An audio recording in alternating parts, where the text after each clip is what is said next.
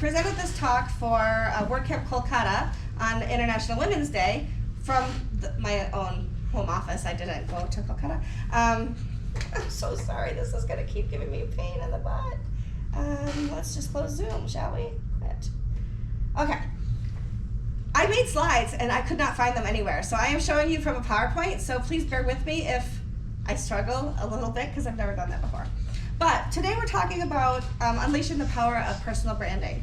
One of the things that I've done accidentally is build a brand for myself. And so I have used those experiences of what I did that worked well, what I did accidentally, and what I didn't do that you should do to build a reputation and a brand for yourself. I went from, in 2019 I had, I think, 1,200 followers on what is now X. If you don't like X, because it's a big old dumpster fire, that's unfortunate that it has become that. But that's where I started to build a reputation, and I now have 19,000, almost 400 followers on Twitter/X. I hate calling it X. Anybody else hate calling it X? No. It really sucks, right? Yeah, okay. So we're all on the same page there. Anyway, I've built a reputation for myself. 3 years in a row I've spoken at WordCamp Asia. I have spoken at WordCamp US and about 70 other areas in between just since 2016, which was the first time I ever spoke at a WordCamp, which was WordCamp Buffalo back in 2016. So sometimes do as I say, sometimes do as I did, and always be true to yourself and how you want to make things happen. I already gave you the talk. If you're interested in learning some of the different things I do and the podcasts I have, etc., you can go to meetmichelle.online and get links to all the things, and that's a great way to contact me too if you have questions later. So why personal branding? When I started talking about personal branding, I was working for a big company, and it didn't make sense to a lot of people, like, why is personal branding important? If you already work someplace, you're not looking for a job, you're not looking. But the thing is, sometimes you want to be a speaker, sometimes you want to guest post on blogs, sometimes you just want to have a reputation that says, I may not work here forever, and I want to be attractive to the next company that wants to hire me.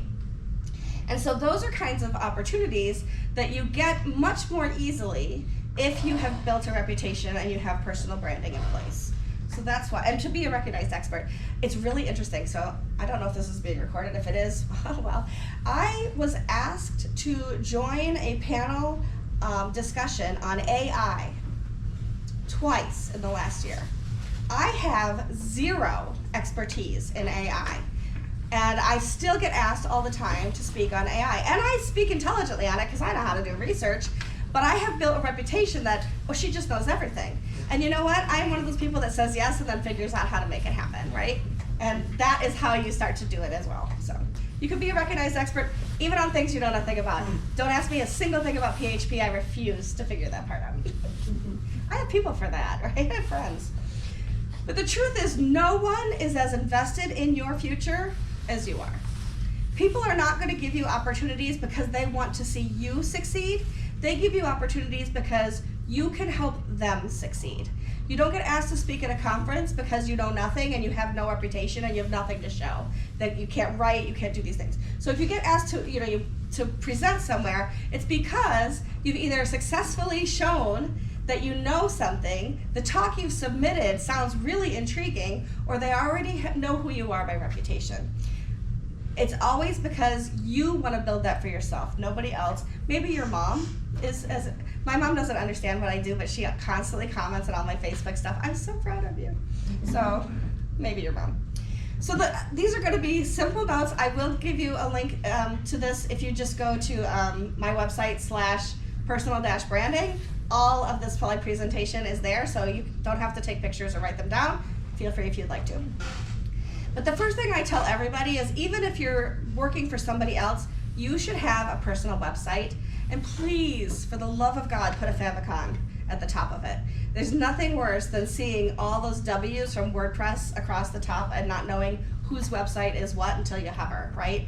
And so the favicon, I always say it's like a 16 by 16 pixel cherry on the top of your WordPress sundae.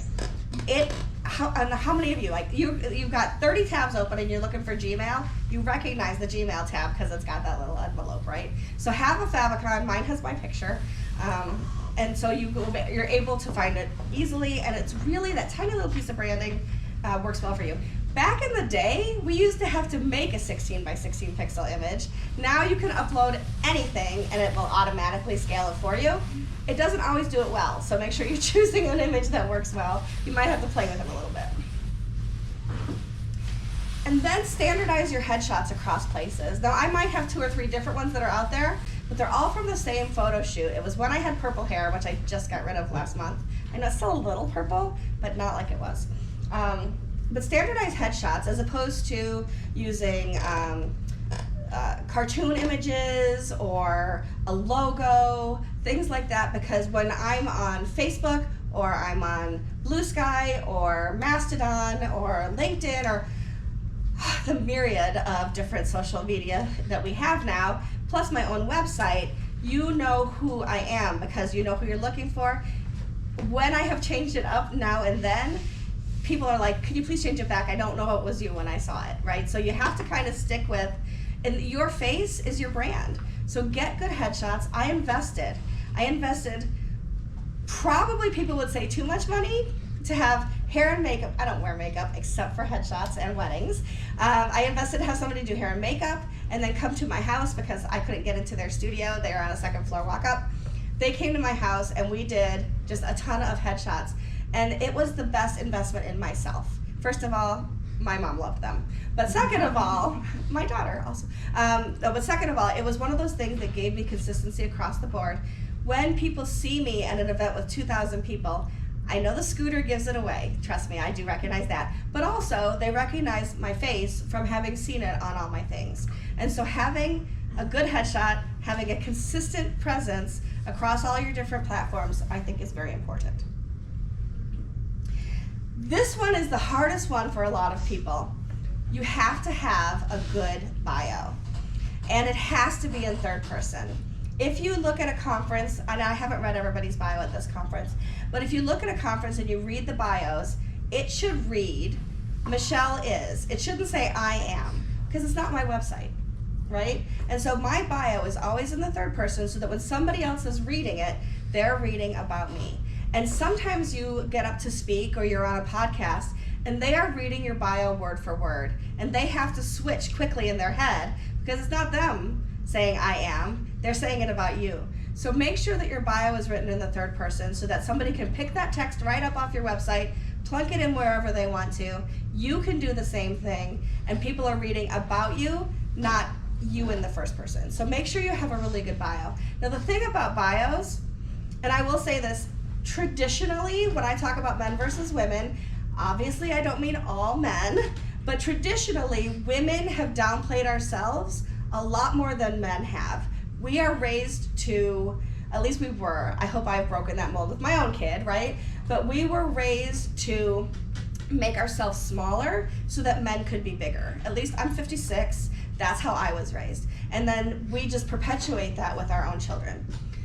It makes it very difficult to write a bio because you feel like you're bragging about yourself. But damn it, brag about yourself. You have done some amazing things and you have some amazing skills and experiences.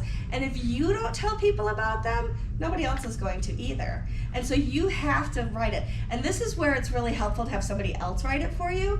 So what I've done for people in the past is I say, give me a bullet list of your accomplishments and I will write your bio. We can fill in the blanks afterwards when we have a meeting. Because it's a lot easier sometimes to say, these are the things I've done, please make me look good. And then you say, somebody wrote that for me, as opposed to I wrote it for myself. I did that. I paid somebody like $25 10 years ago. It is not the same bio anymore, but it set me up understanding how to speak about myself, where it sounds like I'm bragging, but if I read you my bio, you wouldn't be like, God, she's a blowhard, right? You'd be like, oh, wow, she's really accomplished. And so you want to really put it out there. If you want to establish a good reputation and a personal brand, it's gotta feel to you like you're bragging so the rest of the world can just see what you do. 3rd person, always 3rd person. When you read it aloud, you're allowed to speak of yourself in I, though. Right? You can talk about yourself in the 1st person. Add your bio to all of your sites. So I have my bio on, I have 2 websites. I have the meetmichelle.online, which is like my personal link tree. I'm also developing michellefrechette.com, which is a work in process. You're welcome to look at it if you'd like. Has the same pictures as well, of course. But have your bio on all your sites. And then, of course, many social media don't allow you to have a full bio, like you can't have 3 paragraphs. So distill down what's important to you on that. So if you were to go to my Twitter account, which is Michelle Ames, at Michelle Ames, you would see a very short bio because you're only allowed like 280 characters or something. But I pull the important things out and I tag things and I do that. You can have a longer bio on LinkedIn. And so I have a longer bio on LinkedIn, which I realized yesterday I haven't updated since I stopped having my former role. So if you look at that one, mea culpa, I will update it soon, I promise. But make sure that your bio is consistent, which, like I said, mine's not right now, but it will be soon.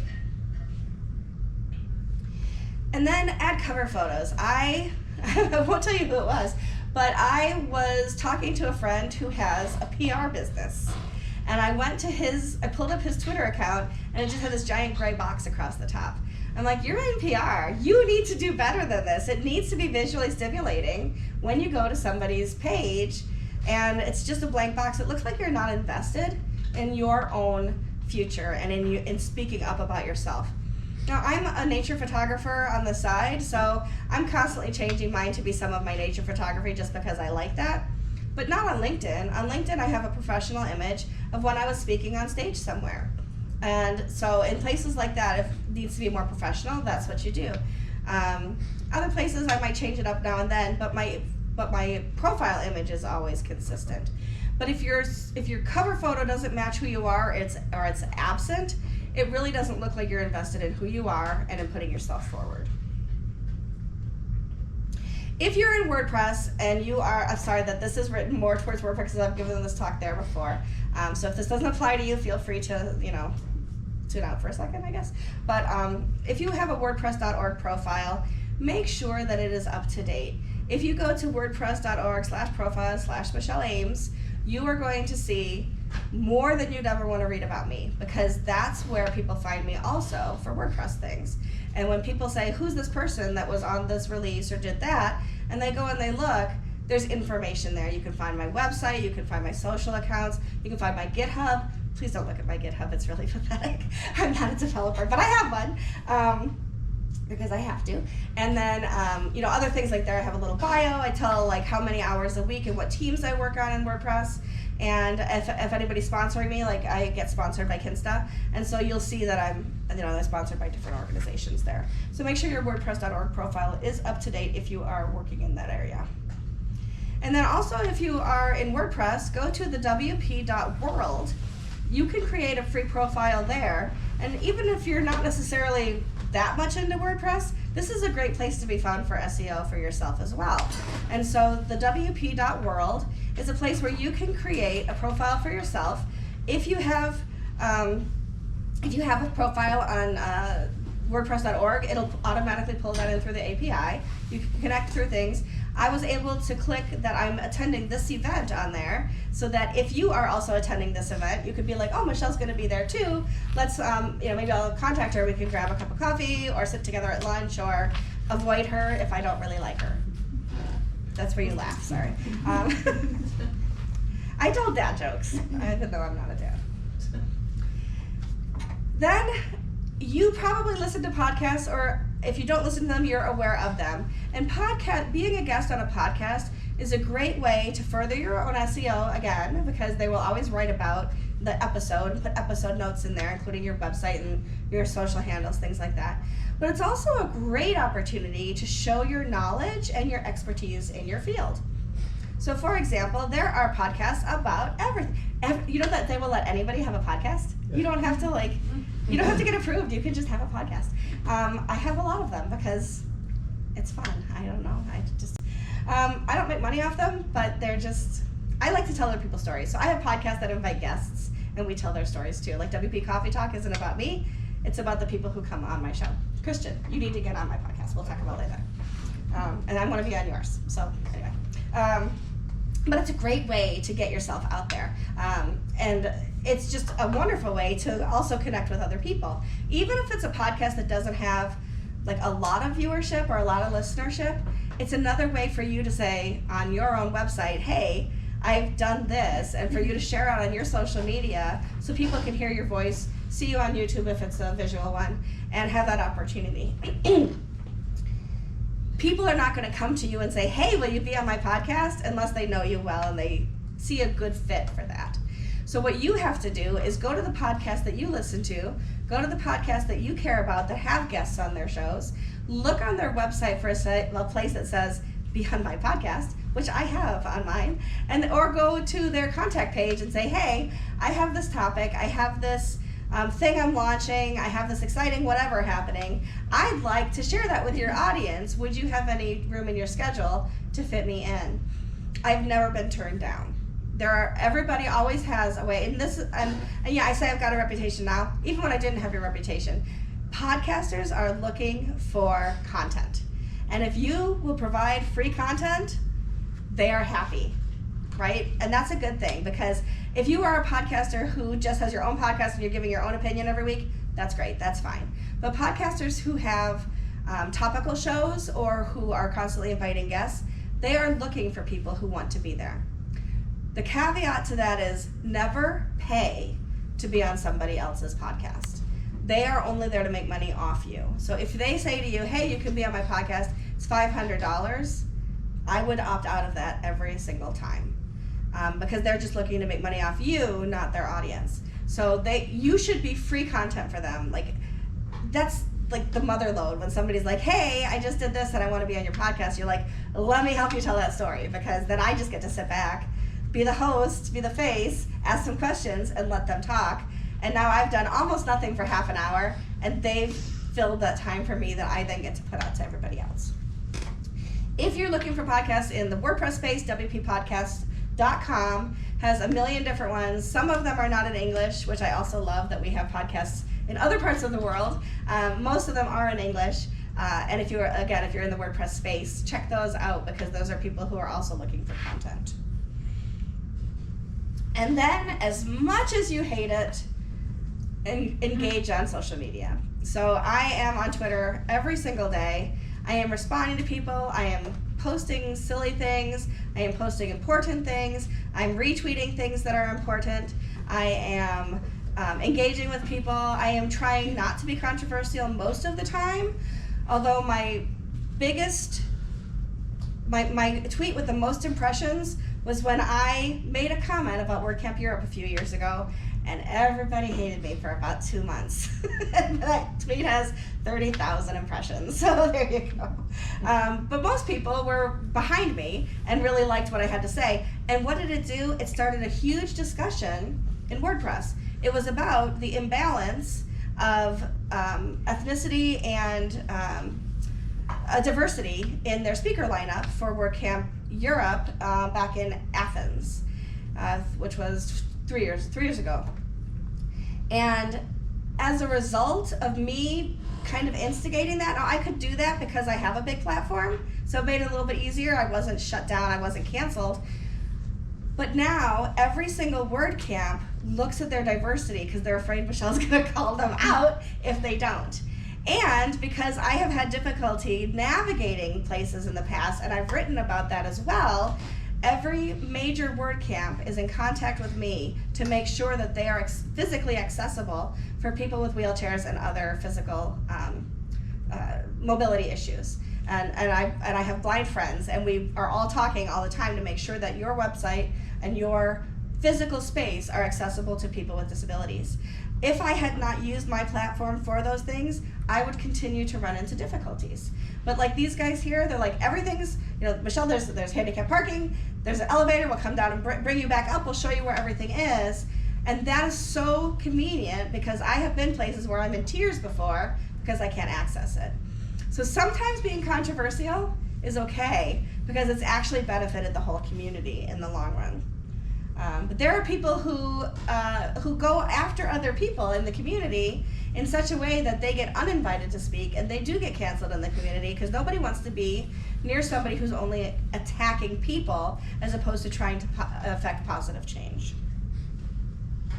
And then this is one that I also mentor women in the WPIncludes.me program. And so I have a mentee who's in Brazil, and we talk about things. And she's not a big social media person, but she's also trying to make a bigger name for herself. So my advice to her is, I want you to follow 5 new people. I don't care which I don't care if it's LinkedIn, I don't care if it's Twitter, if it's across those things, but find 5 new people every week to follow. Some of them will actually follow you back, but also then when you read your news feed, you are getting great information from people that you might admire. Like you can always unfollow somebody if they, and trust me, I have. I've even blocked people for racism and other things like that. But it gives you an opportunity to learn from those people as well. So it's not just about trying to get those people to follow you back. It's also about learning from people who are in your industry. So if you're a designer, you're following designers, and you're finding that if you're a developer, if you're marketing, you're getting things from people that you might not have been aware of before. And I realize, especially at my age, because I'm going to be 57 this year, and I'm not saying that's old, but to a lot of you, it still feels old, right? It's like I'm getting up there. And I realize that my adoption of technology is not as quick as it used to be. But by following people who are younger than me, I learn and I stay ahead of the curve as well. And that's important for me. So at least 5. If you want to do more, you'll get a gold star from me. And then create a value or mission statement for yourself and keep it top of mind in all you do. Mine is I lead with kindness. Even when I'm saying something that can be controversial, or I'm saying something that some people might not like, I'm still leading with kindness, so that even if you attack me, you're attacking me because what I said offended you in a way because it hit home.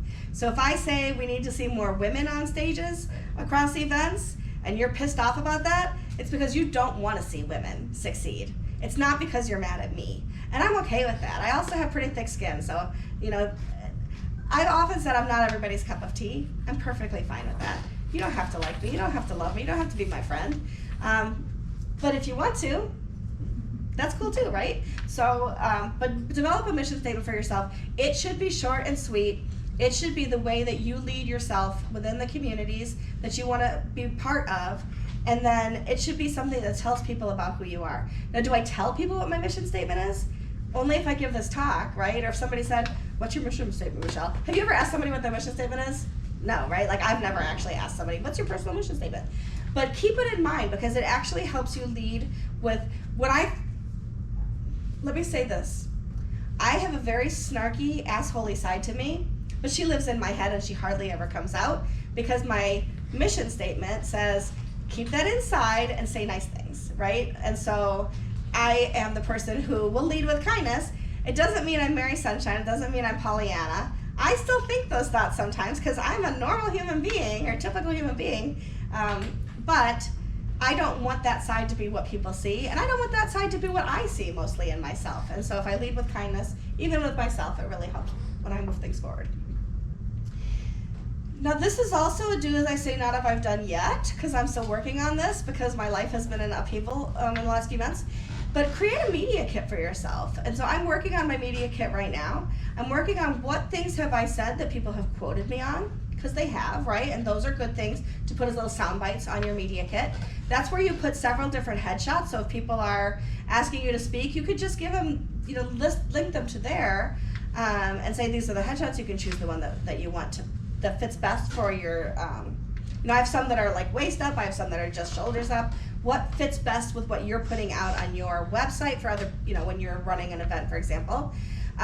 This is a place where you can list your top 5 articles that, I have friends that have been quoted in Forbes magazine. Like, you better believe Forbes is on their media kit, right? Because like everybody's heard of Forbes.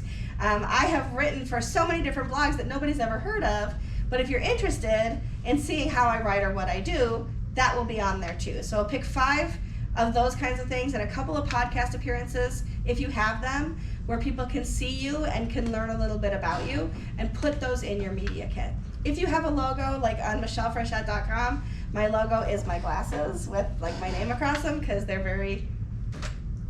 not typical. I realize I'm a little over the top sometimes. But make sure that, and also the way to contact you. So put links to your social media, and then put a link to your contact form on your website, so that if people are interested in getting in touch with you, they have a way to do that, especially if they want to invite you to speak or to be on a podcast, etc.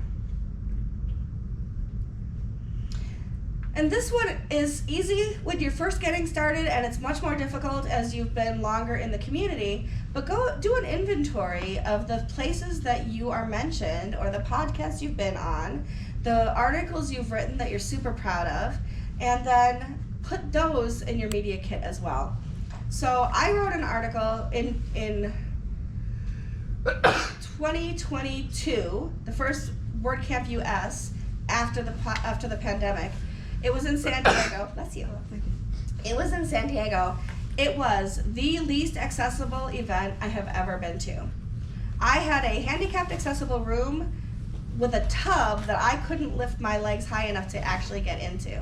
So for 5 days, I was sink bathing, using a towel, and you can't wash your hair that way, right? So I was like, I guess I'm wearing a baseball cap that I got yesterday as swag today and I like baseball caps, but I don't look good in a baseball cap. Men look, I do not, I look like I have a little bum head when I put a baseball cap on. So I don't like to wear them, but I will if it's better than greasy hair. Anyway, it's called, the article is called 5 Days Without a Shower, and the first lead in there says that horrible stink at WordCamp, that was me. And that's how the article started. I put on there what went wrong, why it was inaccessible to me, what went right, what did people do, what was there that really helped, and then I put a list of things that could be done to alleviate those stresses for other people in the future. So I never complain without giving a solution, right? Because to complain is fine, but if you can give a solution, that's even better. As a result, all of those things have now become part of what happens with WordCamps. All of my suggestions on how we do things have been taken up. Because I was bold enough to say I had a really horrible experience. I was crying every night because I couldn't take a shower and I couldn't get to places, and I had to ask for people to open doors, and I got stuck in the bathroom, and yeah, it was all a thing.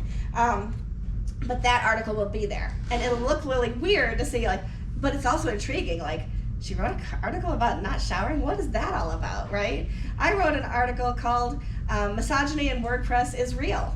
And that one got a lot of hits as well. And so those kinds of things where I talk about things that are actually really able to help other people, but have also gotten a lot of conversation and a lot of visits, those are things I'm gonna put in there, right, for sure. And so for me, because I lead with kindness, and because I'm all about advocacy and accessibility for people, and for not just, I think of accessibility for people of not just people who are disabled. It's an accessibility issue if there are hardly any minorities, because what was keeping them from accessing the event. So when I say accessibility, I mean everything. But those are kinds of things that I will always put there. Yours might be completely different. It might be something about, I keep referring to PHP because literally I have no understanding about what it is, but you might write the best PHP article. Put it in there, that's awesome, right? I probably won't read it though, just saying, unless you ask me, and then I will read it and ask you to explain it later. But look for networking opportunities. Are there meetups in your area for designers? Are there meetups for for developers? Are there meetups for whatever it is that is your niche? If you build websites and your websites are very specifically for real estate agents, is there a meetup for real estate agents that you can go and hand out your business card? Look for opportunities for networking that way, in person and online. So there are still a lot of online events, right? There's still a lot. In 2 weeks there is the Page Builder Summit, completely online. And there's also Word Sesh, WP Sessions is coming as well. And so those are completely online, and they have a Zoom room where people can interact with one another. That is a great way to not even have to leave your house and do some online networking. I have made incredible friends all over the world who, when I meet them for the first time, I forget that I'm meeting them for the first time, because we've already had such a friendship going online that we always say, my podcasting partner, I met her for the first time last summer, and I was like, oh my God, I just realized I've never actually shook your hand or hugged you before, but we have been meeting every week for hours, right? And so it's one of those things where you kind of forget that you haven't even met people in person before. But online events are a great way to get started, especially if you are an introvert, or like me, you have difficulty with mobility. So like Ron, hey Ron. Hi. was kind enough to come down to the parking garage, pull all 6 pieces of this out of my trunk and assemble them so that I could come up the elevator and be here today.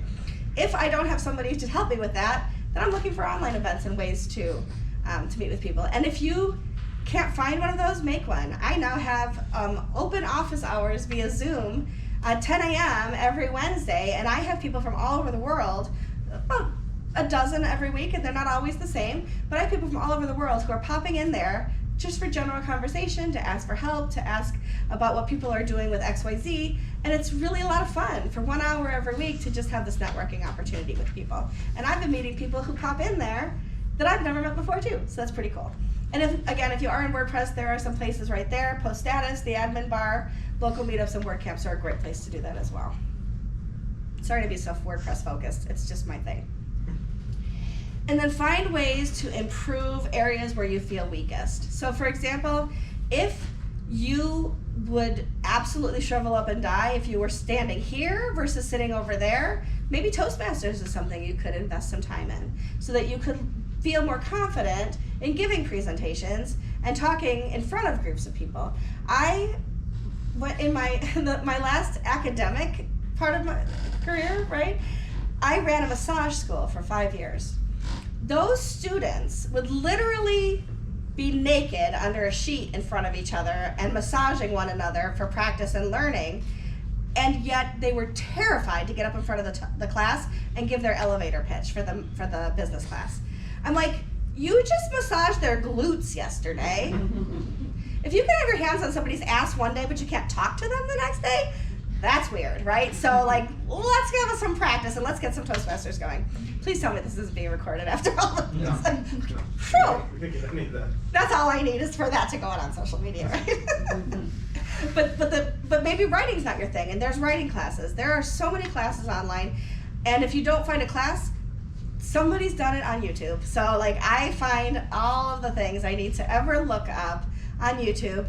I have bettered myself by blundering through talks and when I felt like I had imposter syndrome and all those things, to where now it's like, people are like, are you nervous? I'm like, I don't get nervous. I don't get nervous anymore because I do this enough now that it's not nervous.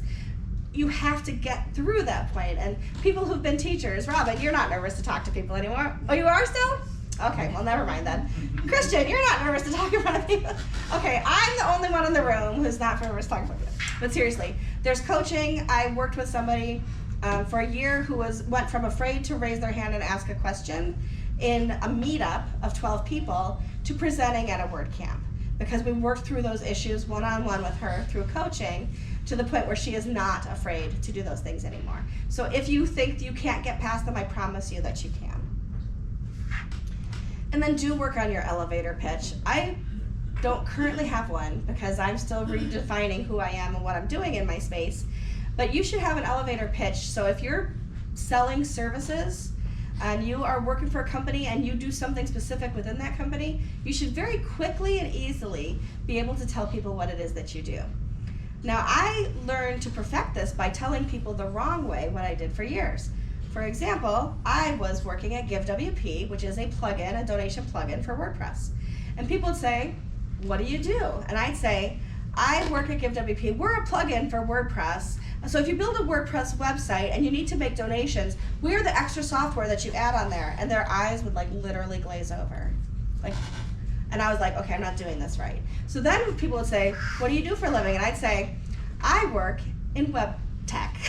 And they're like, oh, that's cool. What do you do? I make a product that helps people get donations online. Oh, very cool. Now that made sense, right? And I didn't have to like delve into what a plugin is. Like, what was I thinking to begin with?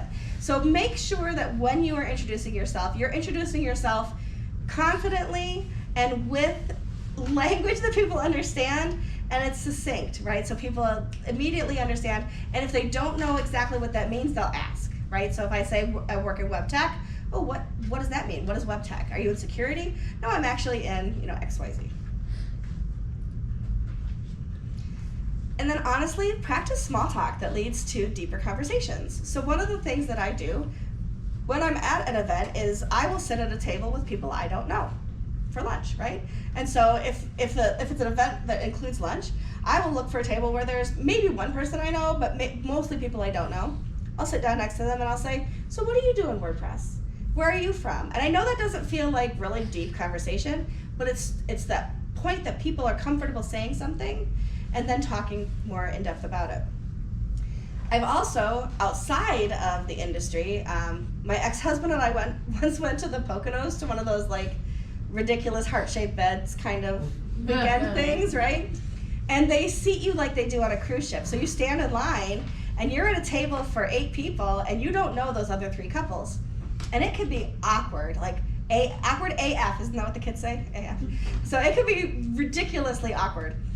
And I am not an awkward person, so the first night I was like, what question could I ask people that it would be easy to answer? It's not your standard like, so what do you tell people you do that nobody knows about you? Because I don't know anything about you, so that wouldn't make any sense, right? Like, whatever. So I started asking people, you know how on Jeopardy, in the middle of it, Alex Trebek asks you that question and talks about something that like is really in depth about you? What would you tell him? What would you tell Alex Trebek in that 30 seconds that he's wanting to know deeper into your life? And I'll tell you, I learned about a woman who just learned how to do trapeze. I learned about a guy who does deep sea diving. Like, people want to tell you the really cool things about themselves, but they don't sit down at a table and go, hey, you want to hear about my trapeze work? Like, that's not something people do. But if you open up an open-ended question that people have a minute to think about, then they will tell you some really cool things about themselves. Do I know who those people are? Do we keep in touch? Of course not. But was it an interesting conversation where it wasn't just us talking and them talking? We had great conversation. At the end of the dinner, I knew that next meal I was going to be talking to somebody else. And that's cool because I could ask the same question and it didn't matter. So practice small talk that can lead to deeper conversations. And then learn something new every day. I know we say every day, and do I learn something new every single day? Of course not. But as I have time, I will go to TED and I will look up TED Talks that are interesting. My favorite TED Talk is this old guy in a really outdated sweater with 2 bowls of water and a pile of paper towels. Has anybody seen this guy? And he teaches you how you can dry your hands with 1 paper towel. And it's like a 3-minute talk. And he's like, what? Rinse, shake, fold, dry. And I'm like, I never use a bathroom now without folding my 1 paper towel in half and drying my hands and saving the planet 1 paper towel at a time. He's fascinating. Rennie Gleason does a 4-minute and 4-second talk on customizing your 404 page to really make it an Easter egg and fun and delightful for people to discover. I love that TED Talk, right? I never thought of that. Now I build, all right, my current sites don't have it because anyway, do as I say, not as I do. But I've built some really fun 404 pages for other businesses because when you land on it, instead of it shouldn't feel like you just hit a wall. It should feel like you've like, ooh, I found like the secret place Mario goes down and gets all the coins, right? Like that kind of Easter egg thing. So learn something new every day, whether it's a TED Talk, whether you just go to YouTube, whether it's opening a book, whatever it is, industry magazines. Do we still have magazines? I mean, they're all online, right? So anyway, find something that you do every day. Courses, blogs, all those fun things. And then if you don't feel that you are confident to get up and speak with people, speak in front of a room, and that's something you want to do, practice. Just practice it. Now, I don't practice in front of a mirror with my hairbrush like some people do. Like, I mean, that's the movies, right? Picture them in their underwear. I mean, I've never pictured, maybe I've pictured some people. Don't picture people in their underwear. Okay, just celebrities, that's all I'm going to say. But practice speaking with confidence so that I know I talk really fast, and that's not a nervous thing. That's just because I'm cold. I apologize. I feel like you're like, she just talks so fast. But practice having good posture. Practice having a strong voice. I don't know if I've said but I've worked really hard to remove from my conversation, general conversation, just one-on-one, but also when I get up to talk to people. It's distracting if you say too often, and it also sounds like you don't know what you're talking about, and you haven't planned or practiced your talk. So weed those out. There was somebody, what did he used to say? Like. There was a guy in college who every time he got up a talk, he would just say like instead of Like he just replaced it with another word. Don't do that, because that is just as bad. But practice speaking with confidence. I don't have notes. I just, like what you see, and I just kind of go into it, talk a little bit about it. I have no idea how we're doing on time. Oh, we're good. Okay, a couple more minutes. but good eye contact too. And one of the things my pastor taught me years ago is pick a few people in the audience so that when you look this way, like, sorry guy on the end over here whose name I don't know, but you're one of the people I keep making eye contact with, because it makes you actually, and you as well, right? So like the two ends and a couple people in the middle, you make eye contact with those people, and now everybody feels like you've looked at them. And that's a really good way to practice engaging with people. And then I have a project. If you are somebody who wants to speak in the WordPress space, and you don't have to be a WordPress developer, you could be somebody who talks about SEO. You could be somebody who talks about good design. If you want to be somebody who's found to speak at events, wpspeakers.com is my project. You can have a free profile there as well. People will search there and look for people who want to talk about security, want to talk about any number of topics. You say what your languages you speak in, what your topics are, all of those things are there for you as well.